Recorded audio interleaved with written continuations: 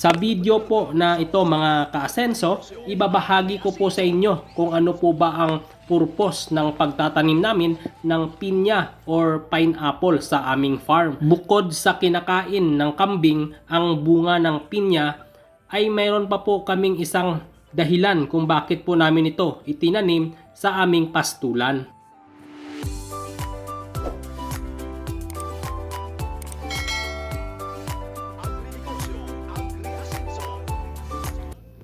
Ito ang tanim namin na pinya sa aming farm. Nung una po nagtanim kami ng pinya, knowing po na ito po ay magbubunga.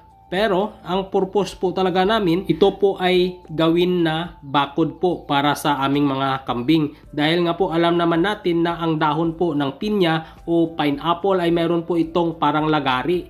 Kaya takot po ang kambing na tumawid sa kabilang pilapil kung meron pong tanim na pinya. Yan po ang purpose ng pagtatanim namin ng pinya. Bukod po sa kinakain ng kambing ang kanyang mga bunga.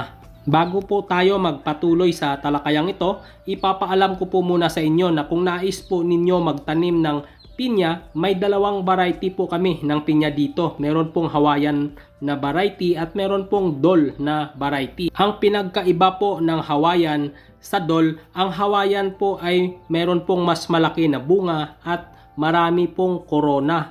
Katulad po mamaya sa ipapakita ko sa inyo na video, katulad po nito, Dol po ito, single lang po ang kanyang corona at mas maliit po siya kumpara sa Hawaiian naming variety. At ito po ang aming seedlings na kung gusto po ninyo magtanim ay mag-message lang po kayo dito sa Facebook page ng Usapang Agri Negosyo. Kung kayo po ay sa YouTube nanonood, pumunta po kayo sa Facebook at i-search po ang Usapang Agri Negosyo at marami po kaming seedlings. Available po kami sa part ng First District ng Iloilo. Marami po kaming seedlings na available ngayon kung gusto po ninyong magtanim. At ito naman po ang variety po ng Hawaiian na pineapple o pinya. Pagmasdan po ninyo ang pinagkaiba ng Hawaiian sa Dol, dahil ang Dol po kanina single lang po katulad nito, at ang Hawaiian naman po ito po mas malaki di hamak sa bunga ng Dol na variety. At kung mapansin po ninyo ang corona nito ay napakarami po, higit po sa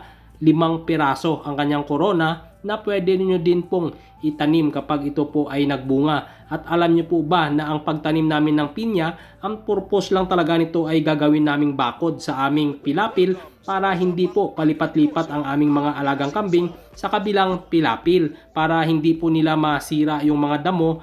Ubusin po muna nila yung isang damo dito sa kabila bago po sila lumipat. Pero sa hindi po namin inaasahan, ito po pala ay tuloy-tuloy na nagbubunga. Buong isang taon po nagbubunga po sila, kaya hindi po kami nawawalan ng bunga ng mga pinya. Ayan po, marami po yan hanggang sa dulo po.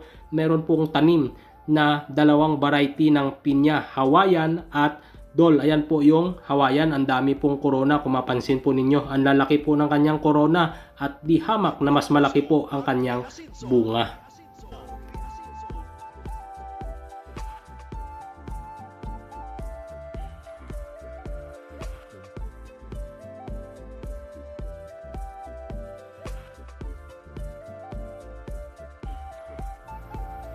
At ito po, tuloy-tuloy po ang pag-harvest at ayan po ang variety po ng Dol. Ayan, kung makita ninyo, mas maliit po siya kumpara po sa Hawaiian.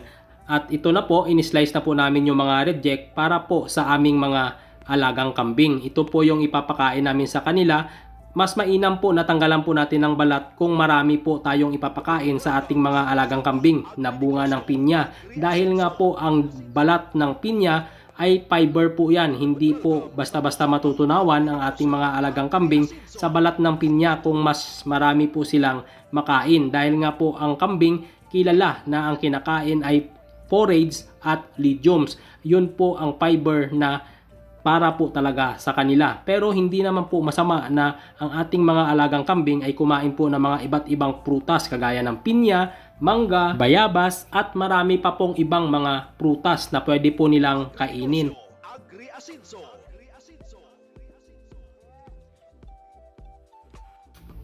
Baka tanungin po ninyo kung alin po ba ang masarap na variety Dol po ba o Hawaiian, ang amin po masasagot dyan at base po sa aming experience ay same lang po ang lasa. Dahil nga po ang Dol at ang Hawaiian ay same lang na matamis po ang kanilang lasa. Ang pinagkaiba lang po nila ay yung laki. Dahil nga po yung Hawaiian nagkakatimbang po ng 3 to 5 kilos po ang isang piraso kasama po yung Corona. Pero yung Dol po ay nagkakatimbang lang ng less than 1 kilo hanggang sa 1 kilo po. Ganun po ang diferensya ng laki nila.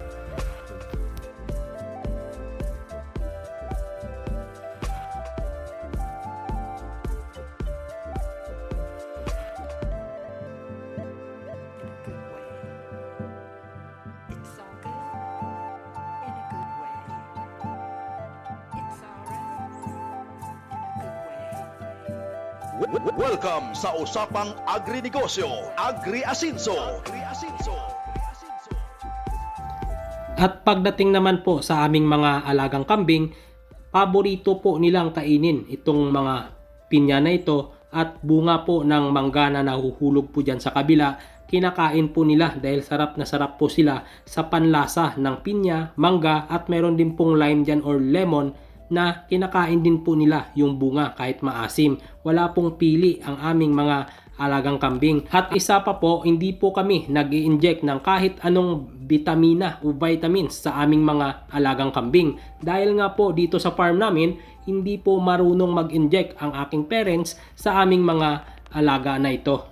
Noon po nag-aalaga po sila ng kambing pa isa, dalawa, tatlo hanggang 5. Tapos kapag malaki na ay dinidispose po kaagad. Kaya nitong 2022 po ng March, nag-start po ulit ako magpaalaga sa kanila at naparami po namin ito. At hindi na po namin dinidispose kaagad ang mga babae. Nakaraan lang po, nagbenta po kami ng mga babae doon sa malayo naming kamag-anak dahil nga po gusto din niyang mag-alaga. At ang kagandahan, meron na pong mga anak yung mga naibenta namin sa kanya at yung ibang mga lalaki ay i-dispose na din po namin dahil nga po makulit kapag marami pong barako at para maiwasan din po namin yung mga inbreeding. At kapag nagkakasakit po ang aming mga alagang kambing, lalo na po minsan sa pabago-bago na klima at kapag malakas po ang ulan na hindi maiwasan na nagkakaroon ng ubo ang aming mga alagang kambing, ang amin pong iginagamot sa kanila ay Sulfar QR at Premoxil powder. Ayan po ang aming ginagamot sa kanila, inahalo po namin sa tubig para kanila pong inumin. At pagdating naman po sa vitamins o vitamina na ibinibigay namin sa aming mga alagang kambing, wala na pong iba kundi Vitamin Pro dahil nga po sa gawa ng Battlecock, lagi kang lamang. Ang Vitamin Pro Water Soluble po ay matagal na po namin itong ginagamit at subok na po namin ito pagdating po sa ating mga halagang hayop. Lalong-lalo na po sa mga paitloging manok, ayan po talaga ang aming ginagamit.